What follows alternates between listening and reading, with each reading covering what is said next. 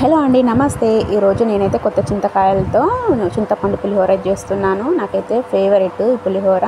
So ఒక గంట సేపు అయితే ఈ చింతకాయల్ని నానబెట్టుకోవాలి. తర్వాత ఇలా చిక్కగా గుజ్జు తీసుకోవాలి. నెక్స్ట్ ఒక ప్యాన్ తీసుకొని అందులో ఒక 10 టేబుల్ స్పూన్ల వరకు ఆయిల్ అయితే వేసుకోవాలి. అది వేడెక్కిన తర్వాత జీలకర్ర, పల్లీలు, మిరియాలు, శనగపప్పు, మినపప్పు కూడా వేసి మంచిగా లో ఫ్లేమ్లో ఫ్రై చేసుకోవాలి ఇవన్నీ. తర్వాత ఇందులో ఒక 8 వరకు ఎండుమిరపకాయలు అయితే వేస్తున్నాను. తర్వాత ఇందులో కొద్దిగా కరివేపాకు కూడా వేసి లో ఫ్లేమ్లో మంచి అన్ని ఫ్రై అయ్యేంత వరకు కలుపుతూ ఉండాలి. ఇవన్నీ మంచిగా ఫ్రై అయిన తర్వాత ఇందులో సరిపడినంత పసుపు అయితే వేసుకోవాలి.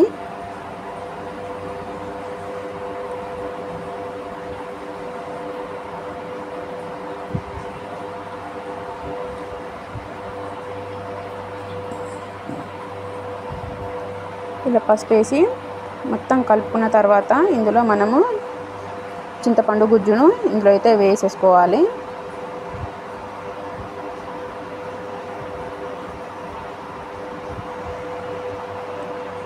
ఈ గుజ్జు మొత్తం చిక్కగా దగ్గర పడే వరకు మొత్తం ఉడకనివ్వాలి.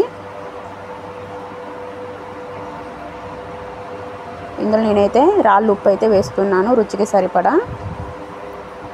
కొద్దిగా బెల్లం కూడా వేస్తున్నాను.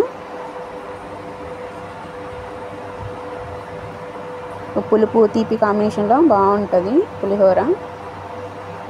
సో మధ్య మధ్యలో కలుపుతూ ఉండాలండి. ఇలా మొత్తము చిక్కబడే వరకు కలుపుతూ ఉండాలి. మనకైతే చింతపండు పేస్ట్ అయితే రెడీ అయిపోయింది. సో ఇప్పుడు మనము మంచి వేడివేడి అన్నాన్ని వేరొక బాండిలో తీసుకొని చల్లారనివ్వాలి.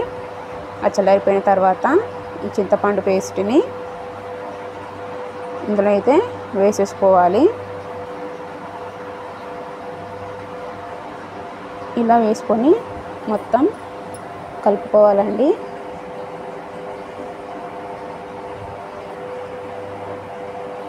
అంతే, ఎంతో టేస్టీగా ఉండే చింతపండు పులిహోర రెడీ.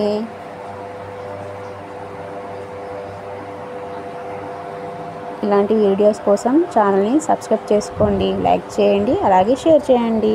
Thank you.